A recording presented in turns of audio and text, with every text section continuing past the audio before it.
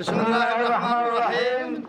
أيها الأخوة الحاضرون، إننا جينا اليوم نأيد ونستنكر كل ما يحدث سواء في محافظة البيضاء أو في الجمهورية اليمنية ككل.